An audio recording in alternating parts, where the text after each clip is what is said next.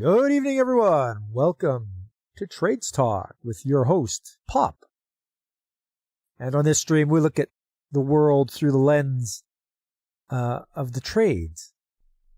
We'll check out and see what's going on out there. We'll look at some articles in the news. We'll see what's going on with the shortage, what people are doing about the shortage of tradesmen.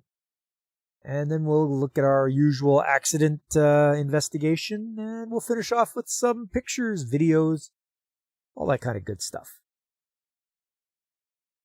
So let's get to it. We'll go to the news, courtesy of Plant Magazine. We are, and this one that caught my eye right off the bat. Doug Ford calls for boycott of Chinese EVs that will enter Canada under the Carney deal. Of course he does. Ontario is the province that makes a lot of the automobiles. So yes, he's going to want to boycott those. It would be political. It would destroy his political career if he didn't. He has so many automotive plants in his province that he has to say this. Ontario Premier Doug Ford is calling on Canadians to boycott Chinese-made electric vehicles. First of all, this guy didn't have to tell me to do that. I wasn't going to get one in the first place. It would be a death trap. The thing would start on fire, just sitting there in your garage, probably burn your house down. So, my advice to everybody is don't buy a Chinese EV. They are garbage. When they're allowed back into the country under a deal recently struck by Prime Minister Mark Carney. Ford has been critical of the deal and the fact Carney did not speak to him about it in advance, saying it will harm Ontario's auto sector. He took that a step further Wednesday, urging Canadians not to buy the Chinese EVs. Boycott the Chinese EVs, he said. Support companies that are building vehicles here. It's as simple as that. Yes, it is. Canadians should support car companies that have a manufacturing presence in Canada, Ford said. And he does not believe Chinese automakers will ever start producing vehicles here. Why would they? They can make them for dirt cheap where they are, pay people nothing, and reap all the profit. Carney and Chinese President Xi Jinping agreed while the Prime Minister was in China that Canada will all but drop its 100% tariffs on Chinese EVs. And allow an annual import quota of up to 49,000 of the vehicles in exchange for China reducing its canola tariffs. Ford was speaking at a press conference he held with Brian Kingston, the president and CEO of the Canadian Vehicle Manufacturers Association, Flavio Volpe, president of the Automotive Parts Manufacturers Association, and Lana Payne, National Unifor president, condemning the China deal as putting Ontario's auto industry at a disadvantage. Because isn't that just like a politician there to turn around and hurt the people that supposedly voted for him in? Yeah, thanks a lot for that. Volpe said the intent behind the 100% tariffs was to give Canada's EV investments a chance to succeed before more Chinese vehicles poured into the country, and this deal puts the domestic market on shakier ground. The concession is directly to the market prospects of the companies that we're trying to bolster at a time when we're under unprecedented pressure, he said. 50,000 cars is about a shift at an auto plant, and a shift is 1,000 workers. There might be 5,000 supplier workers, so the challenge now is if they're inside the gate, what are we going to do to bolster the capabilities of Canadian suppliers with hundreds of millions of dollars of capital at risk? Carney has said the deal is an opportunity for Ontario as there is interest in Chinese companies producing affordable electric vehicles in Canada. No, there's not.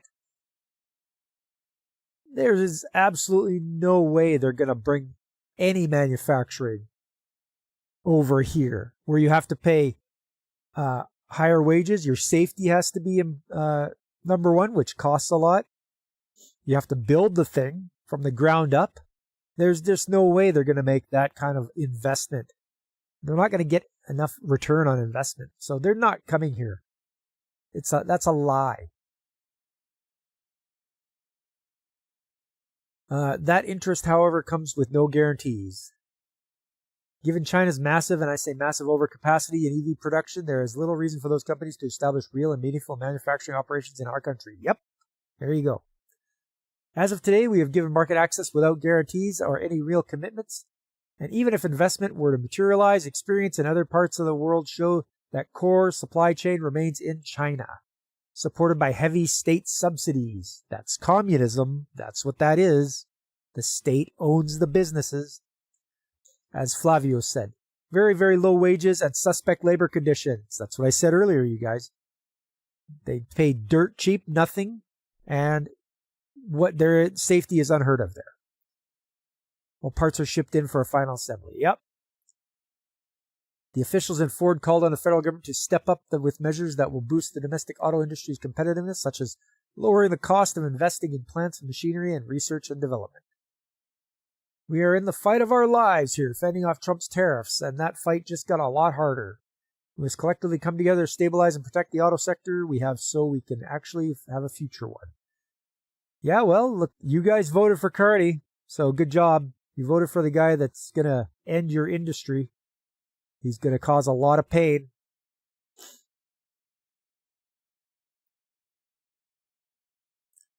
Next up. Canadian CEOs less confident in global economy than peers amid trade concerns. Vention raises $110 million to accelerate physical AI deployment across global. Okay, let's see what this is all about.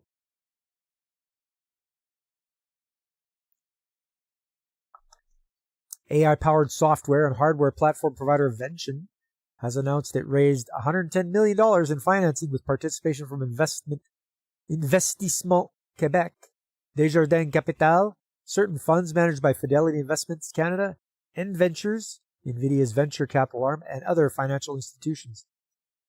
According to a January 27th press release, the new capital will be used to accelerate Vention's mission to deliver zero-shot automation, a new paradigm for manufacturing automation. A portion of the investment will also fund expansion across Europe, the Middle East, and Africa, the company says. Okay, but what is it going to do? These fancy words, a new paradigm for manufacturing automation. Sounds like you just got a bunch of free money. Vention notes that they are seeing strong adoption in enterprise clients who are leveraging its platform as the standard setter for manufacturing automation across all their plants, while building centralized advanced manufacturing teams. Manufacturers no longer want automation that requires deep expertise and long commissioning cycles, said Etienne Lacroix, founder and CEO of Vention. They want automation that works as intuitively and reliably as modern software. Physical AI is allowing us to deliver exactly that. Yeah. No. What I've heard is that the AI bubble, there's an AI bubble that's going to burst because a lot of companies are not seeing the return on investment that they put into it. It's just sucking back a lot of power and a lot of money, and it's not giving the savings that they were promised. So this could be a chance for that AI bubble to just burst, and I would be laughing if I saw that. This reliance on AI and thinking it's going to do everything for us is idiotic.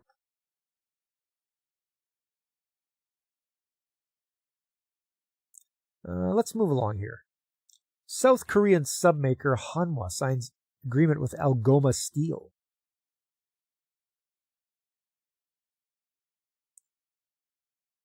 South Korean submarine maker Hanwha announced Monday it has signed a flurry of partnership agreements with Canadian companies, including Sault Ste. Marie's tariff-battered Algoma Steel, as it advised for a massive Canadian military procurement contract.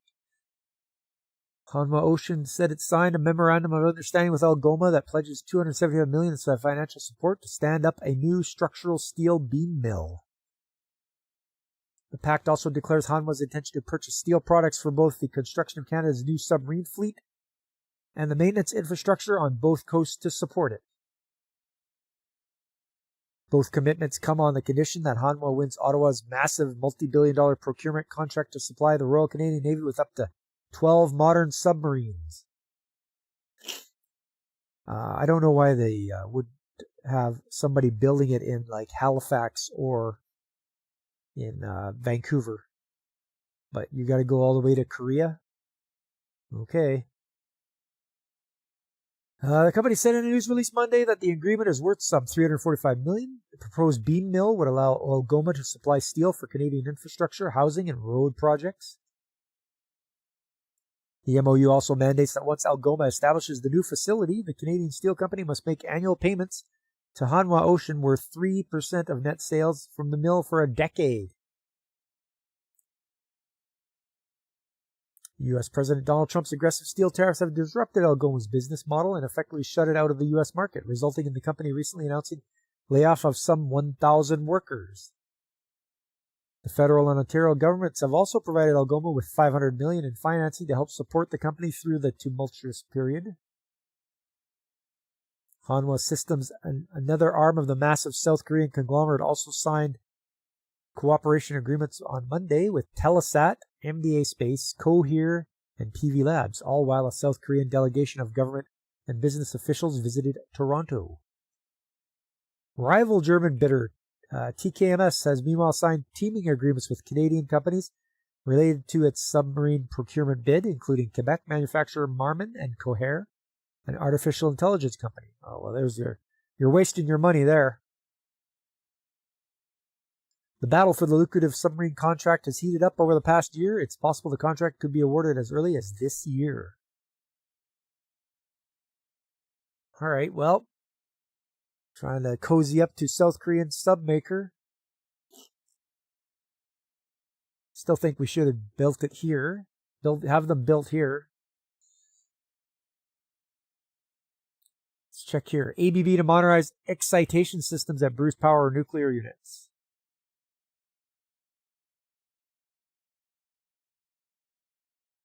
ABB has selected to upgrade the excitation systems for 8 units at the Bruce Nuclear Generating Station in Ontario, a project aimed at extending the life, reliability, and efficiency of one of Canada's largest sources of low-carbon electricity.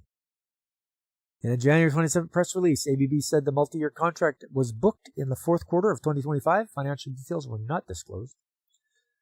Under the agreement, ABB says it will modernize the existing excitation systems, which contribute to stable power generation at both Bruce A and Bruce B stations. The company says replacing the facility's infrastructure with ABB's Unitrol 6000X power technology will enable improved reliability and operational efficiency across the units and support power generation for the Canadian energy market. According to the press release, nuclear power supplied about 15% of Canada's electricity in 2024 and accounted for more than half of Ontario's generation mix. Bruce Power is currently undertaking a series of major component replacements across its units, with refurbishments scheduled through 2033. Work on the excitation project will begin with engineering and design over the next 2 years. The first updated systems are expected to arrive on site by the end of 2027. And there's a picture of it there.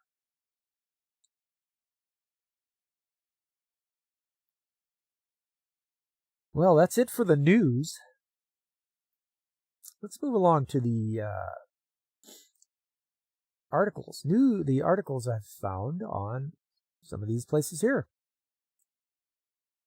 Skills Ontario calls for Government of Ontario to keep investing in skilled trades programming. Well, it would be a good idea. Amidst economic uncertainty and skilled trade shortages, Skills Ontario is asking for continued investments in its skilled trade and technology programming from the provincial government ahead of its 2026 economic budget. Ontario's skilled professionals continue to be critical in keeping our economy, our healthcare system, and our society operating. We are making a difference in dispelling the myths and improving the image of skilled professionals thanks to the support and partnership of the provincial government, said Ian Howcroft, the CEO of Skills Ontario. Through this work, more people have a far different view of what these essential careers are and realize how important these skills are. Skills Ontario is seeking a multi-year commitment to scale up all efforts to encourage more youth to pursue careers in skilled trades and technologies, including the following items: funding to aid the development of a permanent skilled trades and tech exploration facility to highlight careers and provide a training facility for competitors. Increased support for the Skills Ontario competition, including the maintenance, securing of materials, and rental fees for holding the event. And increasing the funding for the Skills Development Fund. The skilled trade shortage is costing the province approximately $25 billion in foregone GDP.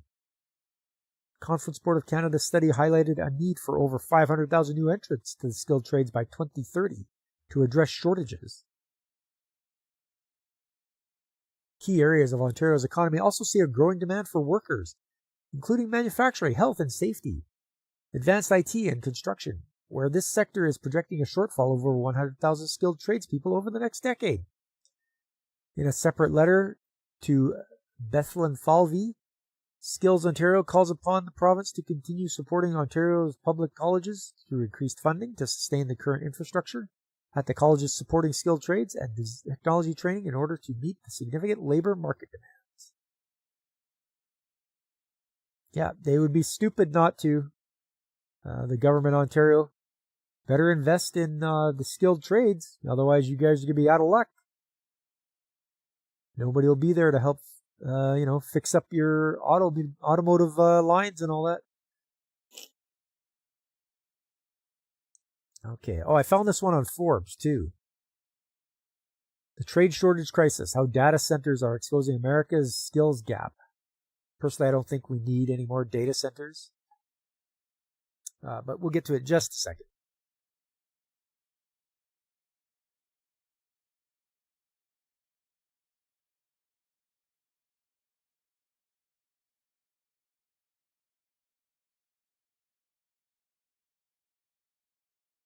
Okay, sorry about that. Let's see what we got here. Data centers drove the majority of U.S. GDP growth in the first half of 2025. Without investment in AI infrastructure and information processing equipment, growth would have been nearly zero. Yes, but are they necessary? I don't think they are. According to Harvard economist Jason Furman, but there's a problem. We don't have enough skilled workers to build what the economy now depends on. According to a 2024 Bloomberg report, the U.S. will be short 550,000 plumbers by 2027. That's only in a year. And nearly 30% of electricians are nearing retirement. I've spent more than 20 years building data centers and telecom infrastructure at my company. If electricians don't get the work right, 911 stops working. If HVAC fails, a $1 billion facility goes offline. This work requires more than good enough, and we're running out of people who can do it. For decades, society sent a clear message. If you work with your hands, it's because you weren't smart enough for college. Schools cut shop classes. Parents pushed 4-year degrees. We labeled trades as dirty jobs. Now we're surprised that nobody wants to be an electrician, plumber, or welder. In my experience, a single 250,000 square foot data center employs 1,500 construction workers during build-out. Many earn 6-figure salaries without degrees or student debt. The work is essential, well-paid, and stable, and yet we made the career path culturally unacceptable. And this is happening while demand is exploding. AI development has created the most aggressive data center construction cycle in history. While putting white-collar jobs at risk, the Bureau of Labor Statistics projects strong growth across many skilled trades through 2034, much of it tied to tech infrastructure. Yet a 2019 survey found that only 32% of high school students feel their school promotes the trades as a potential career path. And colleges and universities don't want that. They don't want, that's one less kid that gets to be put into college or university with their high prices. So if they start sending them to trade school, well, they're not going to like that at all.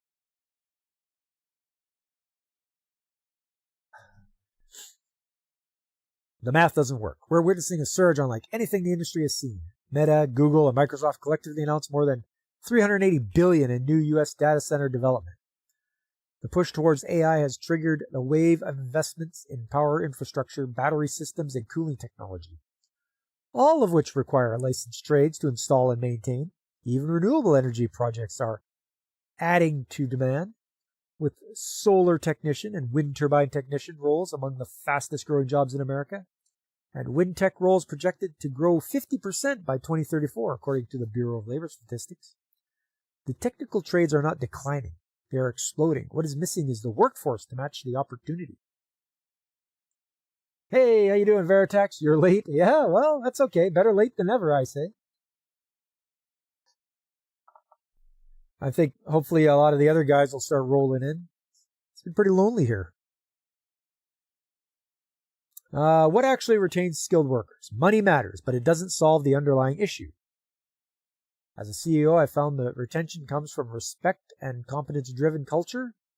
We conduct technical interviews, not just HR screens. We evaluate urgency, values, and the ability to perform when the work is mission critical.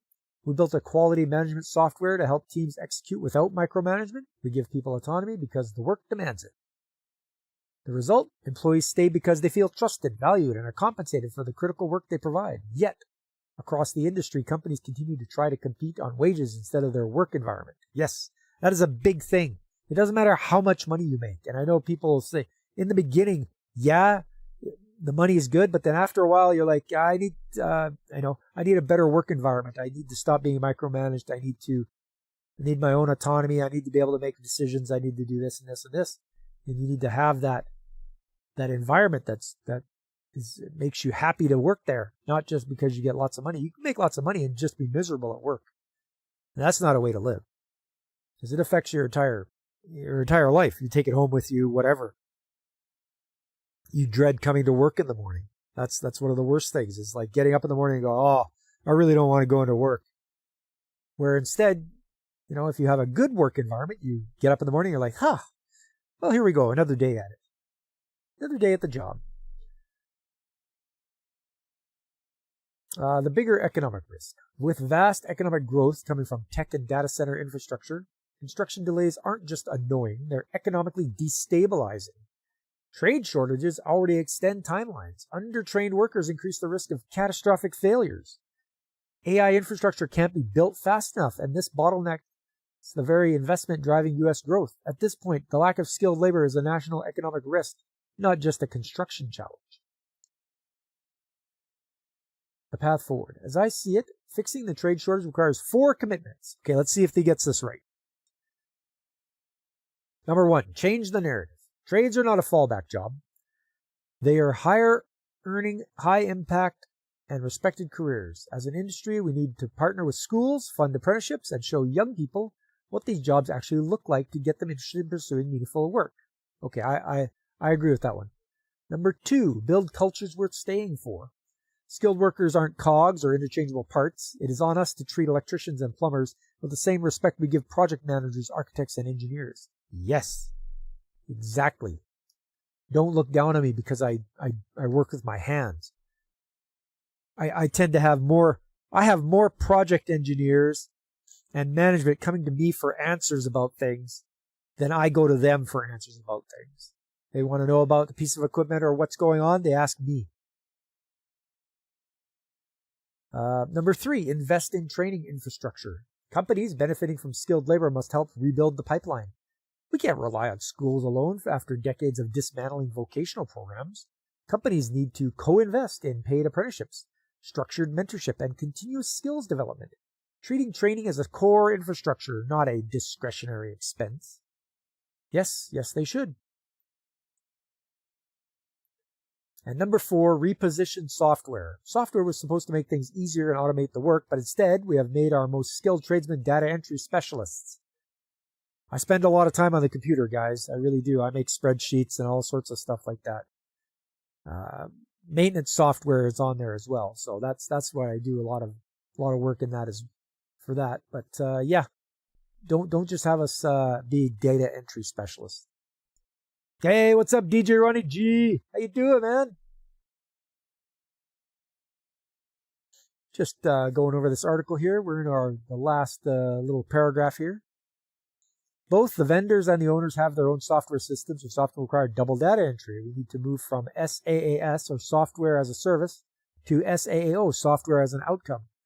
This will put the most skilled talent back in the field where they can have the most impact on the project and on mentoring the next generation. Data centers are powering economic growth, and AI is reshaping the economy.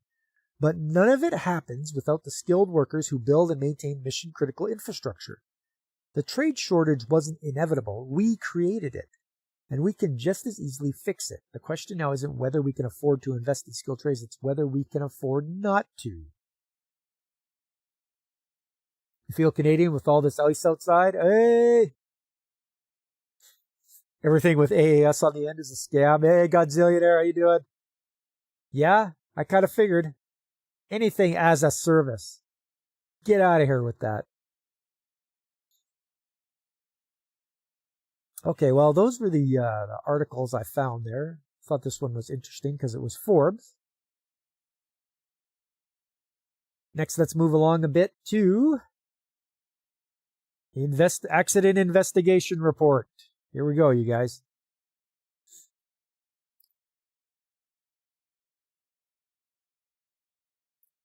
A worker was operating a motorized auto scrubber vehicle down a ramp and into an underground parkade. The worker opened a mechanical overhead door and drove into the parkade. The mechanical overhead door came down before the worker could fully enter the parkade, and the worker drove into the door, causing fatal injuries. Oof. All right. This is a parkade door, you guys. This could happen to any one of us. Some background information. Be Clean Northern Alberta is a Canadian industry leader providing janitorial and restoration services. Began its operations in Edmonton in 1967 and now includes locations from Vancouver Island to Montreal, representing a range of business and industries. Cleaning services are provided to industries from healthcare, commercial and retail space to telecommunications, heavy oil, and light industrial construction. Be Clean has an employee base of over 12,500 workers who service more than 330 million square feet of business or building space. Workers' Compensation Board, Alberta. The WCB was founded in 1918 as a statutory corporation with a legislative mandate under the Workers' Compensation Act to administer the workers' compensation system in the province of Alberta. While accountable to the Minister of Labour and Immigration, the WCB is independently funded and operated through the payment of premiums. Over 162,000 employers fund the WCB system, which covers more than 1.8 million workers.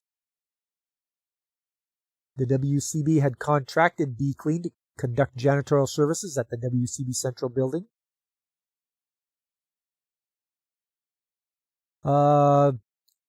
Devis Cleaning is a small janitorial services company which had been in operation since 2009. Devis Cleaning is owned and operated by a husband and wife, including the owner-operator. The owner-operator also worked as an area manager for Be Clean for approximately 35 years.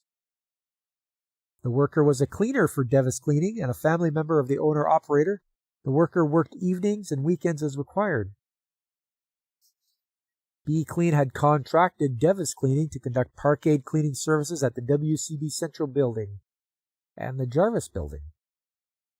All right, well, there's maps of it right there. Arrows pointing to the WCB Jarvis Building and the parkade doors right there.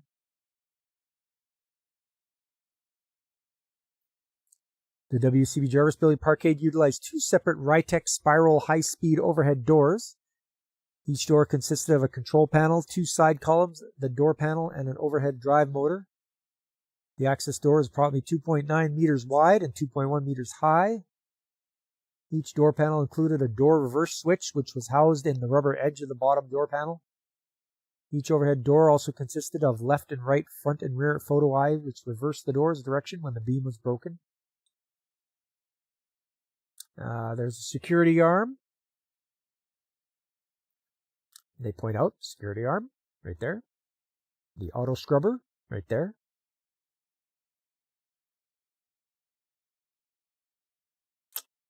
And there's the front view of it.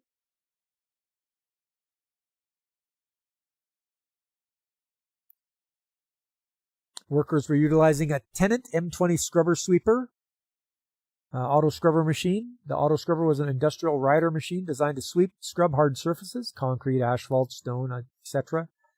The auto scrubber weighed 1,721 kilograms. That's about 3,000 pounds. Maybe 3,500 pounds. The auto scrubber was owned by Be Clean and was contracted out to Devis Cleaning for the purposes of cleaning the WC Jarvis Building parkade.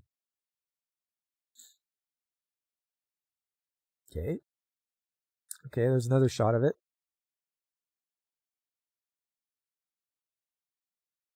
Okay, they've got the orange posts here to hold up the door, it looks like.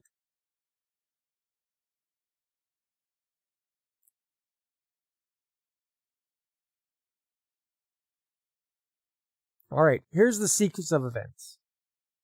The WCB contacted B-Clean and advised that parkade cleaning was required at the WCB main building and Jarvis building.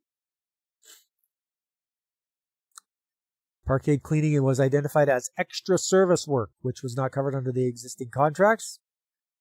B-Clean contacted Devis Cleaning to conduct the parkade cleaning duties. Devis Cleaning had conducted these duties on several occasions over many years. Okay, so this wasn't the first time doing it. Veritex, you got one problem with software as an outcome. Data often needs mind. It's intense and laborious. Some sensors can provide automated signals, but even sensors, yes, they do. Lots of sensors malfunction. Veritex. Yeah, we need to get our sensors calibrated every month. That's how quick they can fail. They can fail, from 1 month to the next. So on August 11th and August 12th, Devis Cleaning conducted the parkade cleaning as required. The Devis Cleaning crew consisted of owner-operator and the worker, as well as the other B-Clean Devis Cleaning workers. On August 14th, the WCB contacted B-Clean and advised that the parkade required a re-cleaning. The B-Clean contacted the owner-operator and advised that a second cleaning was required. Cleaning dates of August 18th and 19th were provided. The goal should not be software. The goal should be positive impacts on people and the world. Yes. Yes, Veritex. 100% agree on that. On August 17th, at approximately 1 p.m., the owner-operator responded to the B-Clean warehouse and requested that the auto scrubber be delivered to the WCB worksite. At 3:30, B-Clean delivered the auto scrubber to the WCB building, which was received by the owner-operator. Later that evening, at approximately 7 p.m., the worker arrived at WCB for carpet cleaning duties, which is also identified as extra service work. At 9 p.m., the owner-operator returned to the WCB and, with the assistance of the worker, transported the auto scrubber to the WCB Jarvis building. The owner-operator was operating the auto scrubber, and the worker walked beside the equipment. Although the owner-operator had documented equipment operation training documentation for the auto scrubber, the owner-operator had not normally transported the auto scrubber to the building and to the parkade. At approximately 9:30 p.m., the owner-operator began to move the auto scrubber from the parking lot and down the ramp to the parkade doors. The operator provided their security access card to the worker and then drove the auto scrubber down the ramp and stopped beside the gate access pad. The worker did not have security access to the parkade. The operator remained in a seated position while the worker operated the gate access pad. The automatic gate arm was already in the raised position. Worker proceeded to open the parkade door with the security access card. Once opened, the owner-operator drove the auto scrubber forward. After approximately 2 seconds, the yellow warning lights, which were located on both sides of the door, began to flash. After another 3 seconds, the red warning lights flashed. The parkade door then lowered directly in front of the owner-operator as they were entering the parkade. The owner-operator was unable to stop the auto scrubber. They continued forward into the closing parkade door, where the owner-operator became pinned in their seat in the auto scrubber and the parkade door. Because the automatic gate arm was in the open position, the owner-operator was not required to wait for a second swipe of the gate access card. As the automatic gate arm was in the open position, the owner-operator did not have enough time to safely enter the building. The automatic gate arm was acting as an unknown control measure due to the configuration of the front of the auto scrubber. The vehicle did not break the photo eye, causing the door to remain open. The worker flagged down a BPS Protective Services security guard who was on foot patrolling the Augustus Church building. Security guard contacted Emergency Medical Services, the Edmonton Police Service, and Rescue. They all arrived at the work site. The owner-operator was pronounced deceased at the work site. The owner-operator passed away as a result of injuries which occurred when their chest and or abdomen was compressed under the large weight or force. Review of the enforcement action completed on January 29th, and it was determined that prosecution or an administrative penalty were not appropriate based on the circumstances surrounding the incident. Crushed by a door. That is a terrible way to go.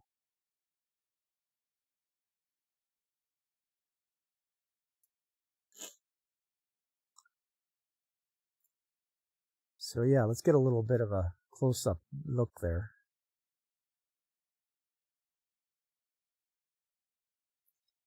Okay.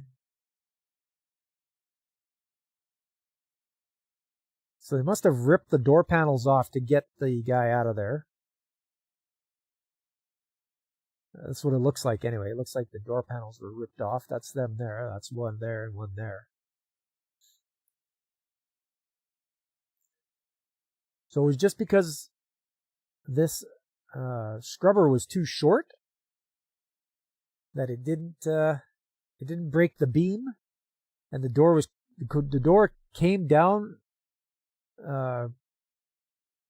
rather quickly, it seems.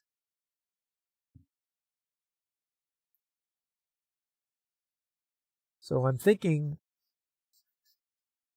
the guy that was the worker that was walking beside it, he probably should have tried to try to break the beam, like run over with his hand or leg or something and stick it in front of the beams.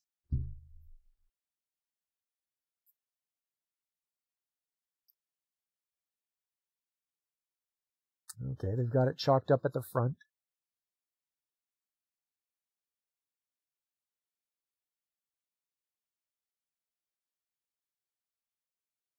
Huh. Terrible way to go.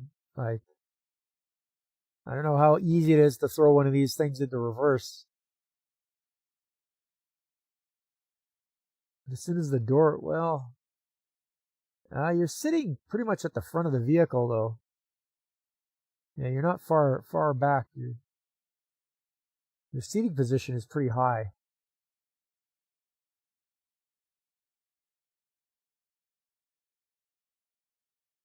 Now, why is can't see where they must be on the inside. Yeah, there they are. Yeah, DJ, that's I would not want to, that'd be a slow, painful one, that's for sure. There's where the beams are. Right there and right there.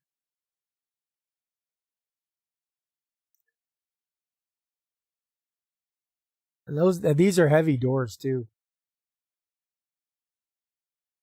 And nothing, you're not stopping it either. When they're coming down, they're coming down.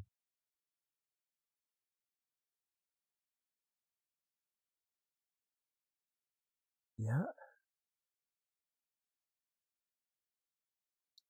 So just be careful, be aware, you guys, when you're going around parkades.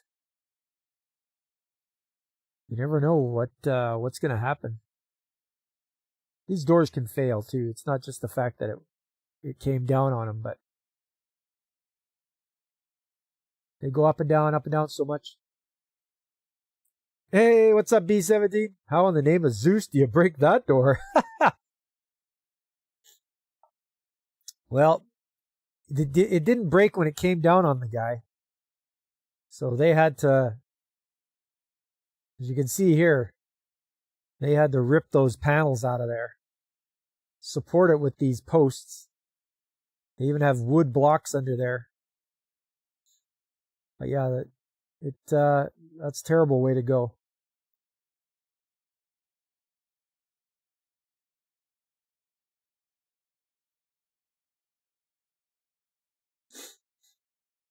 Yeah, there we are. Yeah, you're sitting pretty far up front, so I guess if you didn't move quick enough. Yeah, it came down on him all right. Yep.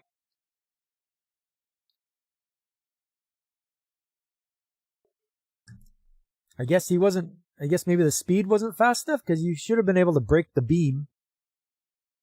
That was that light beam that lets the door know to go back up.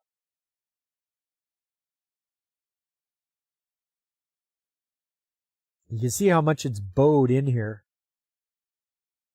So he must have just, when it came down in front of him, and then he kept driving. And so the machine, the sweeper here, it just kept going. I don't think he hit the brakes or anything. I think it just kept pushing and pushing and pushing, and it finally crushed his chest. At least I think that's what it said here.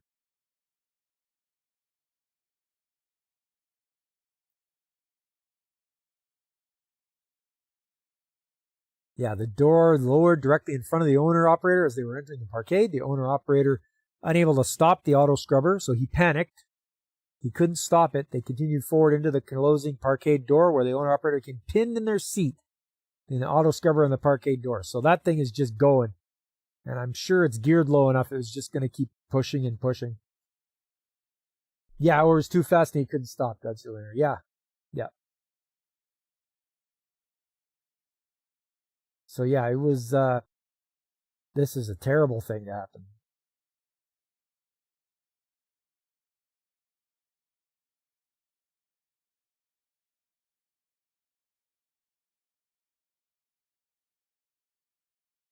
No, that's not good. Just watch out for these overhead doors. Those things, they have a lot of potential energy stored up. So, you don't know, ask them.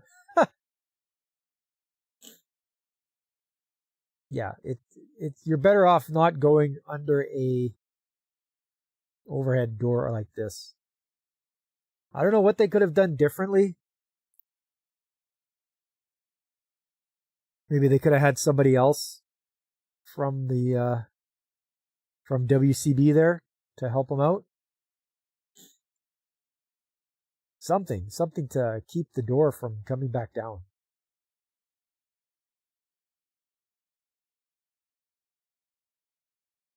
Because it did not, I mean, I'm assuming this is where it ended up. Because you're not allowed to move things at an accident scene. You don't move things around.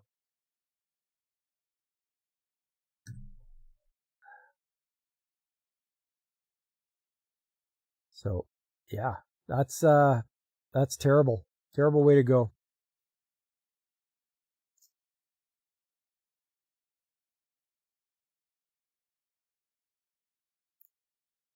Well, let's move along to something a little better.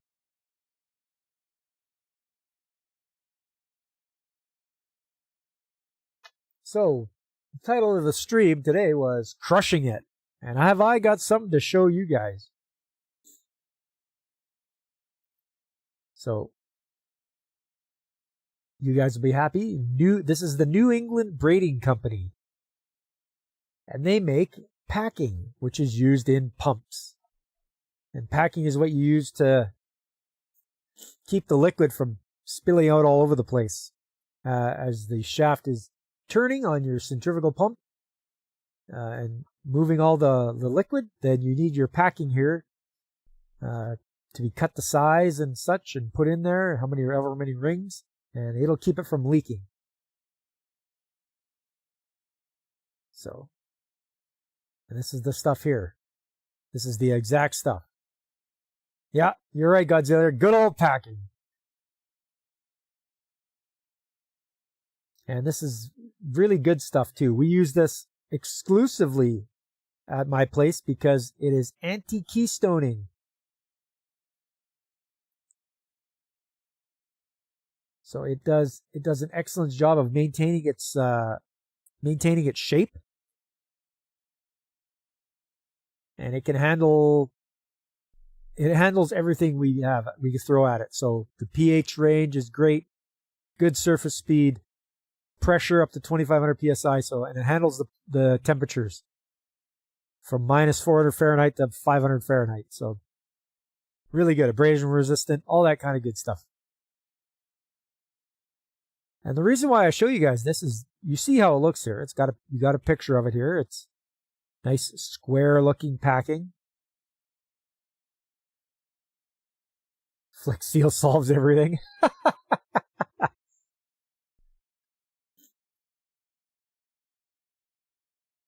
So, the reason I show you this is because picture time. It's picture time. It's picture time. Hold on there.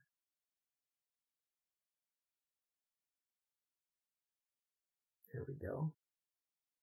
Do that. Do that. All right. Go like this. And like this. There we go.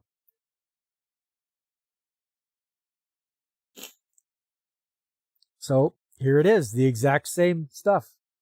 New England Braiding Company. You have to use that in minus 400 degree weather. Just moved to somewhere else for it back on Earth. Yes, but there's cryogenics here. It's not the weather. It's not the weather B-17. They use it for like freezers and stuff like that. So here's the stuff here. Brand new on the roll. Look at that. Just like I was showing you guys.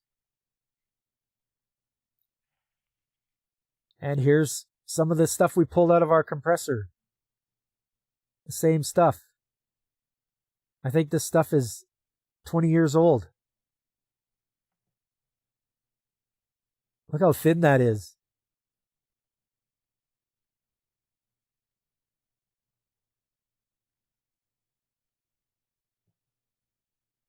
This piece used to be as thick as the original.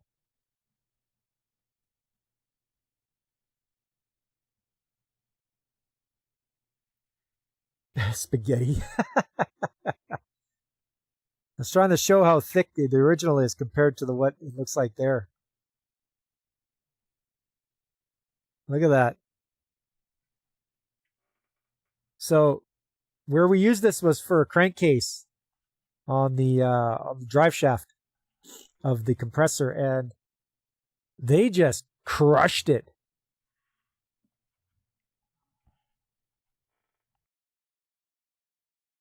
Looks like a worn out brake disc. Almost, hey? But this is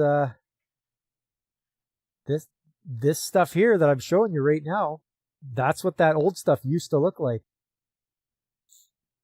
Look at that. See if I can get a good shot. They put it in, and then when they're tightening down the packing gland, they just turned it and crushed the hell out of it. Now that's what you call wear and tear. Hey, Fabric, how you doing, buddy?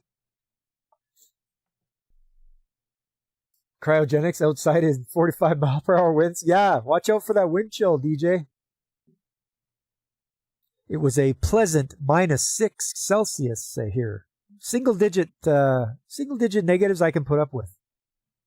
But yeah, look at this. This thing is just crushed. The guys that put it in, they don't work there anymore, but those guys that put it in, they must have done that. Must have put those in there and it was just like, it's leaking. Well, tighten it down more. Tighten it down more. Tighten it down more. And they did. And then when we got to it, it's like, wow. I need your PFP in high definition.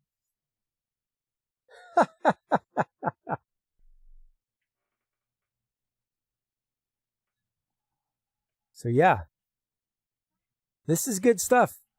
Very good. I highly recommend this. This packing, the anti-keystone packing from New England Braid. It's not supposed to leak on the compressor, Godzillionaire. It's for a crankcase. So because if it leaks, it'll travel along the shaft and go and get onto the V-belts that drive it. So no.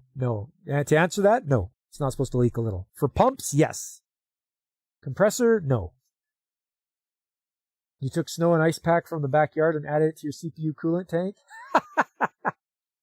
There you go, DJ.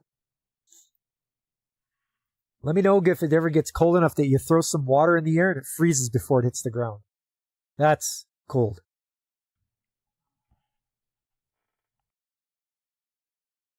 All right.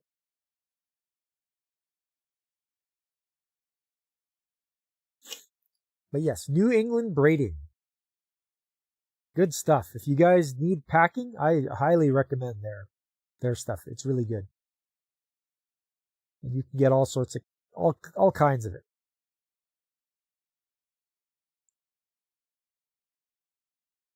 Yes, it is PTFE, Godzilla. Yep, self-lubricating, you betcha. It's right here.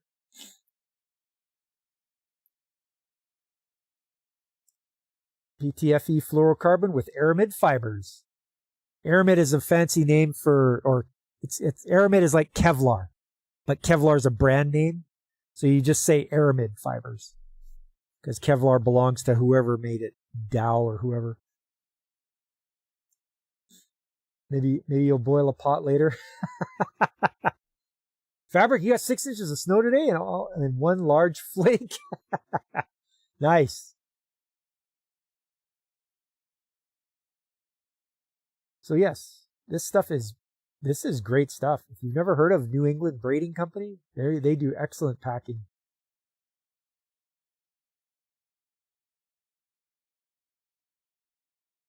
I'll put the link in the chat here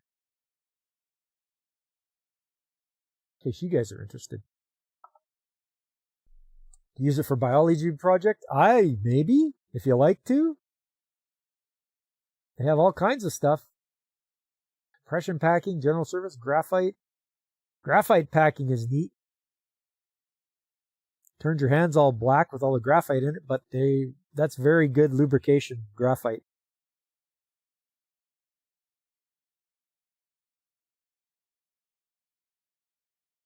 All sorts of stuff.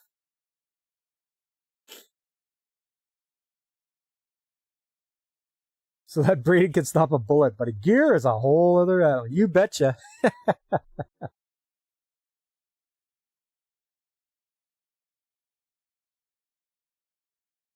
Universal steel cage lantern ring. Okay, so you make your own lantern rings. Lantern ring coils. Oh yeah, you get all sorts of stuff here. What's that be? Self-adjusting throat bushing. That's neat. Only in America do we need bulletproof packing. Yes.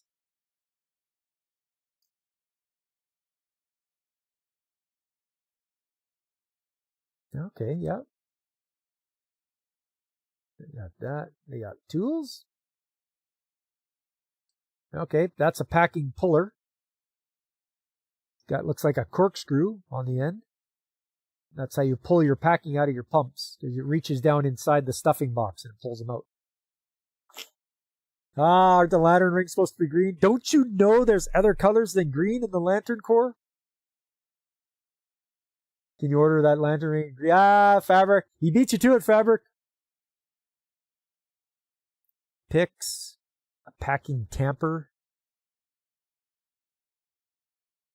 Packing knife. Okay.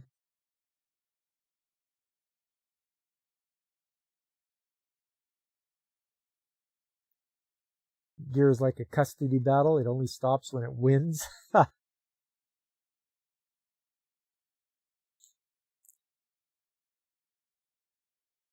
There we go. Yeah, there we are. All right, what else do I got for you guys? I think I have another video here. Just check. Oh, yeah.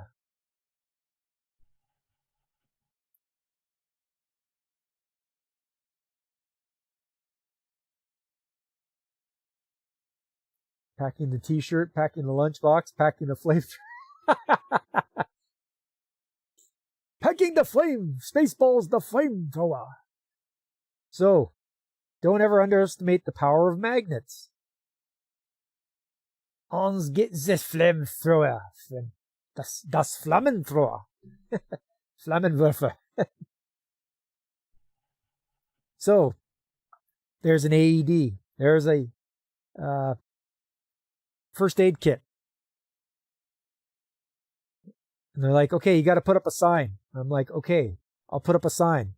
There's a sign. But it's on the side of a vent hood. So you can't drill into it. So what do? Magnets. The power of magnets. Just little ones. They got holes in them.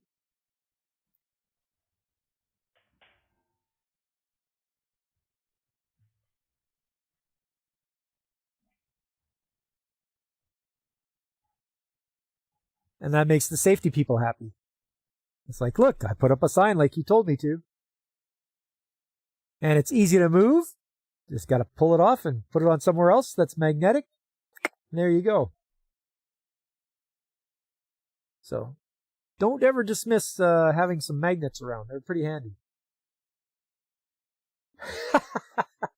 Behold, I am Pop, master of magnet.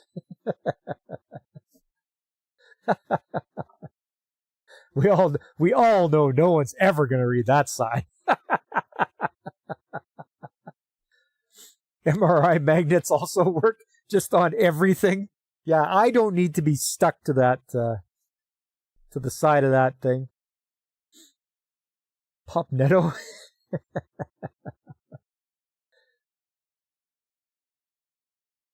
Yeah.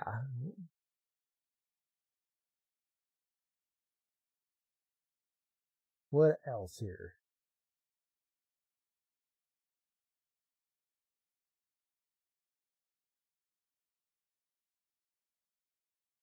Which one was this again? Oh yeah, this was the hydraulic hose with the hole in it.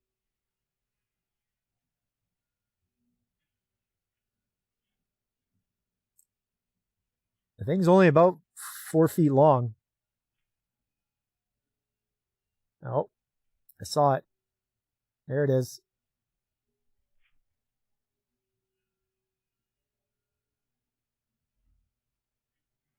Actually, I did hear about that Godzilla. The guy that died because he went into an MRI room wearing a huge metal chain around his neck. Nobody stopped him. Nobody told him it was a bad idea. Like, what's up with that? It's these pinhole ones you got to watch out for. When the pressure comes out of there, it can get injected into your skin, and then you don't have long to live. If you get a hydraulic injection injury, you will suffer a painful death. You have to go to the hospital right away, and they have to clean out the wound. Usually you can't physically enter an MRI machine if you have metal. Okay. But somebody should have stopped him or something. Like,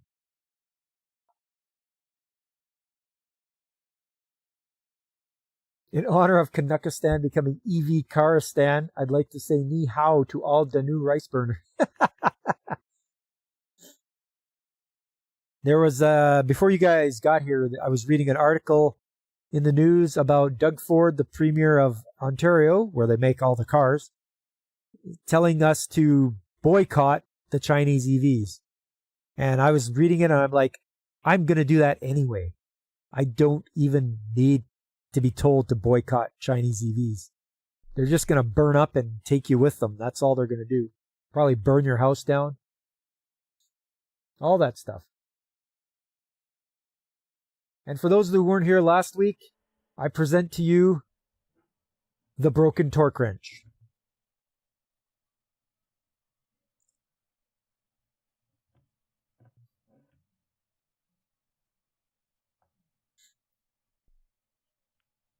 Not as good as the broken trouble light. I don't think it'll be a long time before we can ever top that one.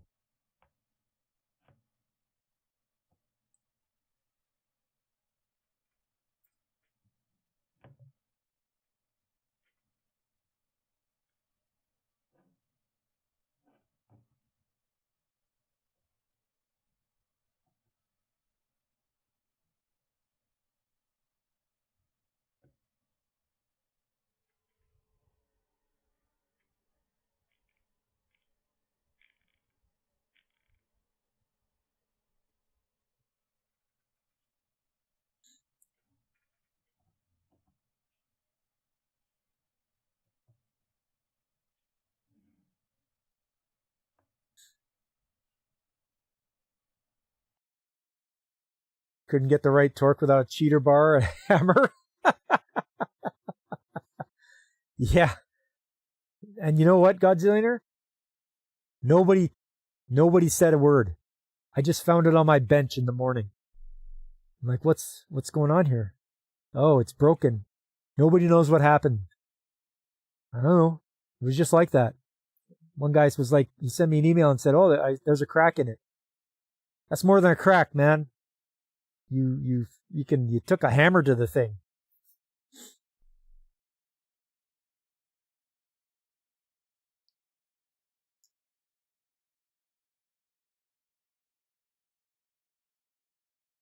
I think that's all I got for new videos for you guys.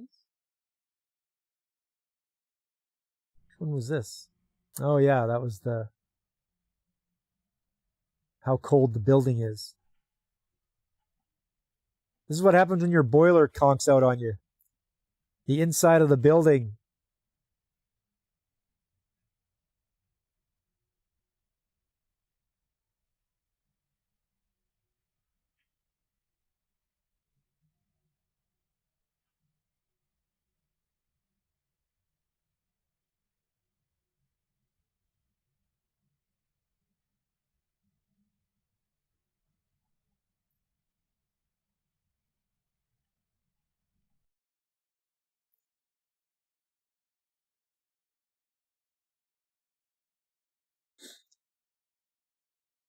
Well, in other news, it seems that our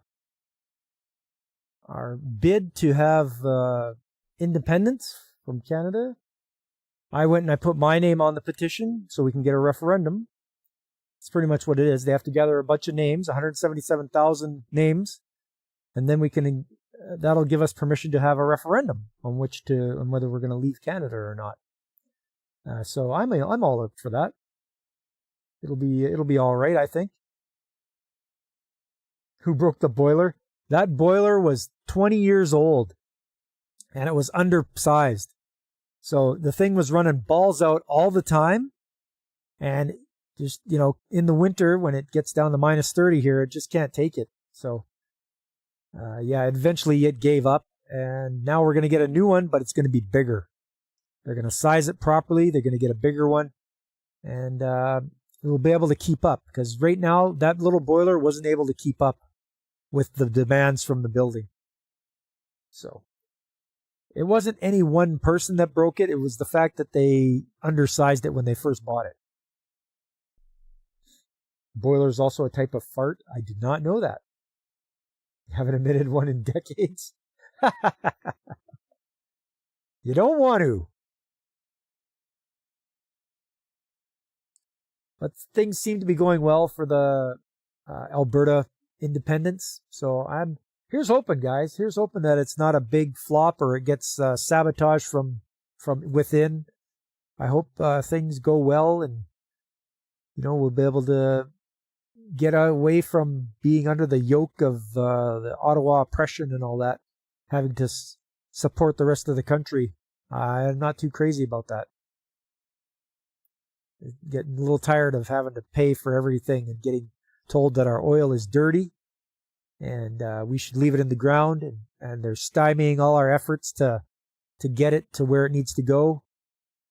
We need to be able to put our oil wherever it needs to go, not be held back by our own government. But then they reach out their hand for the money. So, not crazy about it. At this point, you got to worry about the Cheeto in chief. Yeah, sabotaging you from afar. That's the thing. That's the thing, Godzillionaire. We'll have to be careful about that. I'm hoping things go well, but Quebec tried this back in the 90s. I remember that too. There was they wanted separation. Quebec wanted to leave Canada. Everybody in Western Canada said, "Good, go. We don't want you." But I guess Ontario wanted them to stay. And when Quebec voted, it was like 50.9 to 49.1. So it was so close that they almost made it. But they had 50% to stay. You had a gas station burrito for lunch. You predict 40 knot brown winds. Oh! Well, you just keep them down there, Fabric. We don't need it. We don't need it wafting up this way. That's where all that global warming's coming from. Fabric and his gas station burritos.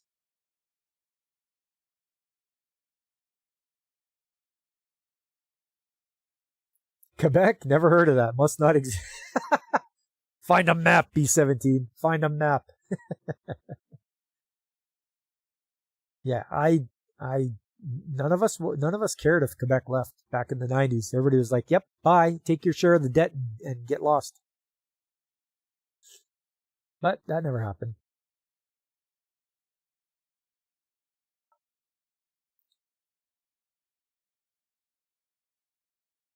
Well, all right, fellas. That's about it for tonight. I'm going to start wrapping her up here.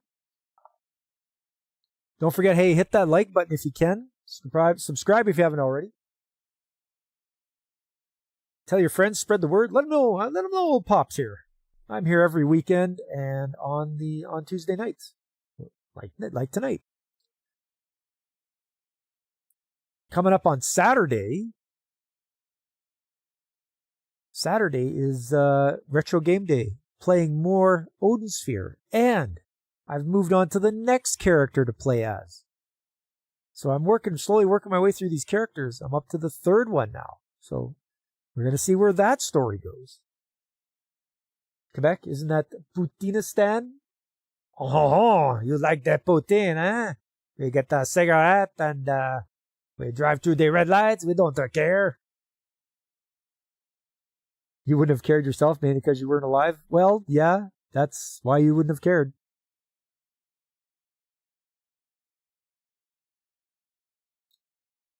You'll be going back and watching what you missed? Yeah, well, that's fine. I appreciate that.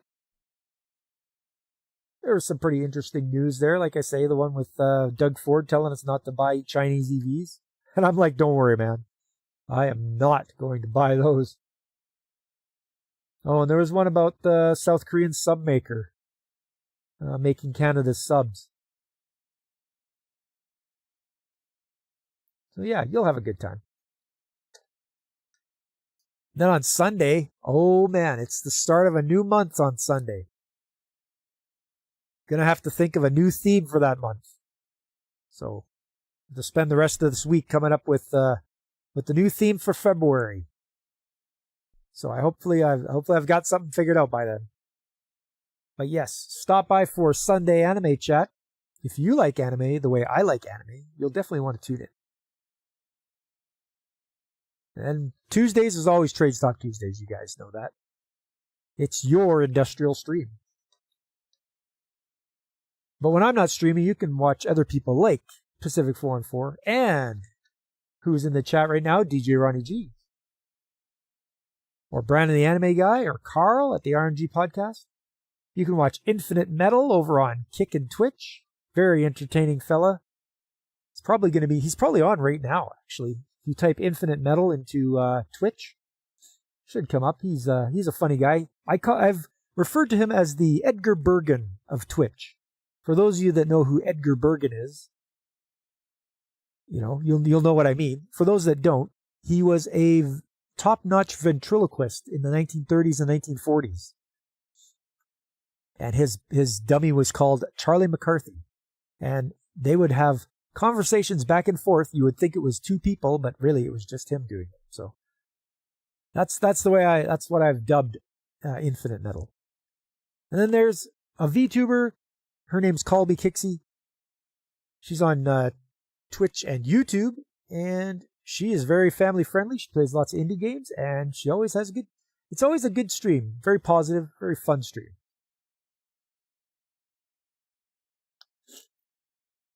Intentionally blowing up their own cars in China. I mean, the cars do that on their own. Like I'm like, if I bought one, I'd be afraid to park it in my garage because I'm sure it would burn my house down. So I don't trust them. And the brand name is called BYD. So I don't trust that. If you see BYD, don't even buy it. If Koreans are making Canadian subs, who's making Canadian dubs? Yes. Very good. Very good, Fabric. Probably North Korea. Well, all right, fellas, I'm going to call her a night there. It was fun having you guys around. I had a good time and I hope you did too. And I hope to see you guys on the next time I'm streaming, which will be on the weekend. If not, then make it Tuesday night again. But until then, I've been Pop and I am signing off.